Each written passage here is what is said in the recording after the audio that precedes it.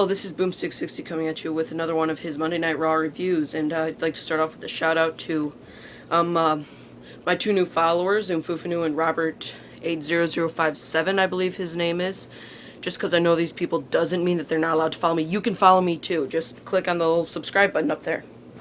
You will like it, okay? Because I'm starting a little bit better, as you notice my cool intro. You know, I'm gonna start being a little bit cooler, and let's start this review. It starts off, Teddy Long is now the general manager. That was expected, but he is now the general manager. I like his stuff. He does pretty good. He makes tag team matches, lots of tag team matches. I'm not sure why. It's just like, you two have a problem with each other? Well, I'm going to put you in a tag team. What? But, you know, I guess that's how it goes. All of them have their different styles, but let's get started with what happened during this episode. John Cena comes out and he thanks Big Show and Chris Jericho for making him prepared for the Money in the Bank match, because anything can happen in the WWE apparently. And I guess that's just what baby faces do, you know. They try to be unexpected, but they really can't. They have no freedom. But then he starts making his predictions for how the match is going to go. It's pretty useless. Then Daniel Bryan shows up yelling, "Yes, yes, yes," his old catchphrase, and crowd yells, "No, no, no," as usual, and he makes his predictions for pretty much. Then CM Punk shows up and disagrees with Daniel Bryan, and apparently along with him, the Popcorn Dudes, John Cena disagrees with him, Jerry Lawler disagrees with him, and so does the whole crowd. He makes that known to the world. And then they start arguing. That's how most Raws start. Then Chris Jericho shows up and he joins in their argue and starts yelling his catchphrases. I kind of like this, so. And it's really awesome. Just I gotta read this. And the whole crowd gets into it and is just like, "Would you please shut the hell up?" And then he goes into the, "Welcome to Raw is Jericho," and he also and then he also throws in his last catchphrase, "You will never ever be the same again." You know, I like him. He's a little bit of a man crush on him. No homo. That's just the way I are. Yeah, you people got that. Then he makes his predictions, which was, hey, you gotta be a conformist every once in a while. And he dares someone to tell him otherwise. And I like this part too. Then Kane shows up, grabs Jericho's microphone. Keep in mind, Jericho's still holding on to this. He gets in his face and says, "Otherwise." You know, I thought that was cool. And then Big Show shows up. Lots of people, the crowd's starting to get a little bit crowded. The tension's rising. It's starting to get crazy. Boom! Brawl. It just goes insane. It's just, everyone gets into it, and it's just awesome. Then Big Show ends up being the last man standing. It was cool. That was a good start to all. That was probably my favorite part. Then we head into an 8-man tag team match, which would be Primetime Players and David Otunga, and Cody Rhodes. I like Cody Rhodes. David Otunga is okay, and I like the Primetime Players too. I think they're pretty good. I'm gonna start getting into it, and I just like their style. They're pretty cool, and they're turning into good heels. And then they're facing Christian. I'm pretty sure he's turning face. That's what I'm seeing out of him. Christian Santino, and little Jimmy, you know, R-Truth, and Kofi Kingston. I like calling him Jimmy Boom out of their Air Boom thing, but can't call him Air Boom anymore because Evan Bourne isn't in the tag team because he smoked fake pot. Just technically legal, but they don't want people being under the influence. That's just, never mind that. Let's get back into this. Primetime Player, it was a decent match, but then the Primetime Players decide they're gonna leave, which means Cody Rhodes decides he's gonna leave, which pretty much hangs David Otunga out to dry. But Brodus Clay shows up. He pushes them back in the ring, or he pushes Otunga back in the ring because Otunga hurt his knee, and then just Cobra for the win, which I saw coming. Holy crap, lost my notes.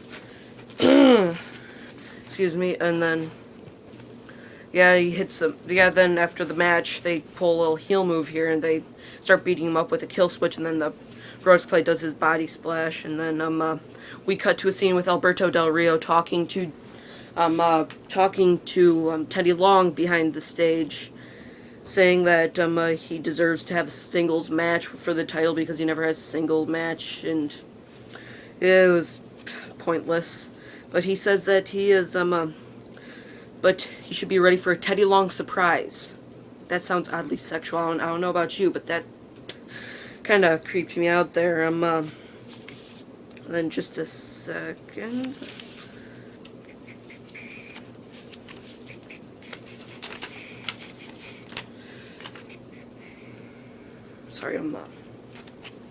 Sorry, sorry. Yeah, I think then it cuts to a favorite Raw moment promo with Stephanie McMahon's favorite Raw moment, which would be his dad training for his match against Stone Cold Steve Austin with her brother. It was kind of funny. It made me laugh out loud. Yes, and then we end up.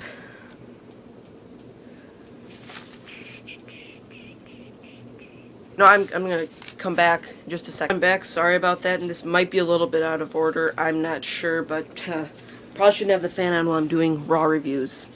Okay, so we do the favorite Raw moment with Stephanie McMahon. You heard that, and then Alberto Del Rio has a match with Sin Cara. Ends up not being Teddy Long's penis. We were all that was just weird. Don't call it a Teddy Long surprise. And he has a match with Sin Cara, and Del Rio destroys him completely before the match even starts, breaks his arm. I'm sure it's going to be a broken arm. A broken arm. He might have something coming. I don't know. And then Daniel Bryan starts. He cuts to a scene with Daniel Bryan walks up to AJ and tries to get a couple of brownie points with her because she is going to be the special referee for his match at Money in the Bank. And she bites the head off of the rose he gave her. That was kind of cool. I like AJ's new character. I don't know about you. Let me know in the comments down below. And then we have a Great American Bash promo. They announced they're going to have a 20-man battle royal. It's going to be a packed ring. I like those matches. Kind of hard to focus till the end, but the end is pretty cool. And then SummerSlam news gets delayed again. Paul Heyman, he's like, he'll let you know at whenever. I'm getting kind of tired of that. They should really get rid of that. And then we have a mixed tag match with Vicky Guerrero and Dolph Ziggler versus AJ and Sheamus. It's kind of like they're combining two feuds into one. It's okay, and AJ and Sheamus win. It was decent, you know. And AJ starts the yes chant, and the crowd really likes that. If Daniel Bryan ends up being nothing, at least he left his mark on the company. It's getting almost bigger than the what chant with Stone Cold. And then after that, we have CM Punk. Didn't watch AJ's match, which made her very, very sad, made her start crying. She needs to get her head checked out. It's getting... Why does she care? But, oh, they're soulmates. They're soulmates. That's why. Never mind that. Then we have Heath Slater comes out there, so it looks like we're going to have another old return. Let's hope this person's in better shape than Psycho Sid, and it ends up being Doink. That... Cool.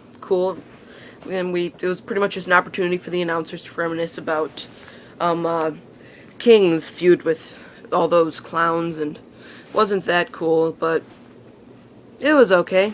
It was okay then, but I knew there had to be something better. They have to be able to come up with something better than that, and they did. DDP shows up in Diamond Cutters Heath Slater after he beats the crap out of Doink. That was cool. That was very, very cool. Sorry, I'm trying to get myself adjusted comfortably. Here I'm in my room, and it's not the most comfortable place to be sitting on this little gaming chair, but never mind that. And then we have AJ, and oh wait, we have a no disqualifications match between no disqualifications match between Big Show and Kane. Sorry, shame. No, it's Big Show versus Kane. It's pretty good match. I liked it. It wasn't too much no DQ, a steel chair. That was about the extent of the no disqualifications utilization, but it was a decent match. And then we have AJ and Eve starting a feud. It wasn't. I'm not really looking forward to this feud, but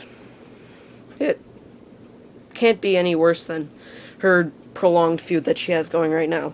Then we have Tensai versus Tyson Kidd. He's not Lord Tensai anymore. I just noticed that. It's just Tensai. And it's versus Tyson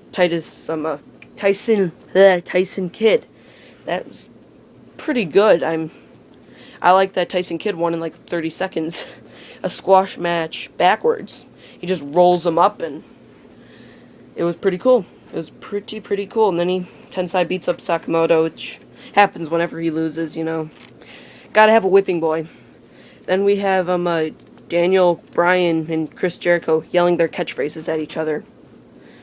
Then they have a match with Punk and Cena. So it was a great match till AJ showed up. It was a tag match. I think you can get it heels and heels versus faces and faces. And it was a great match. And then AJ showed up. And then it just killed. I'm tired of interferences. It just killed the match. Killed it. Completely killed it. Then she sets up a table, and as you would understand, she kissed someone. She kissed CM Punk, then pushed him and Daniel Bryan. It was through the table. It was kind of dumb, but it's cool seeing people get put through tables. I mean, it's entertaining, I guess. And then that was the end. That was the epic main event that Teddy Long had planned. I mean, it was good. It was like a 10-minute match leading up to it. There's some huge moves. But then, you know, AJ showed up and she decided that she was going to interfere. A waste of time. Just quit with the interferences. Quit it. Quit it. Right now. And Raw starts at 8 now. That's the end. Hope you enjoyed my review. Leave your feedback down below. Tell me how I can make it better, and tell me what you think of my new intro. Don't tell me it's gay music. Don't you dare tell me it's gay music. Bye.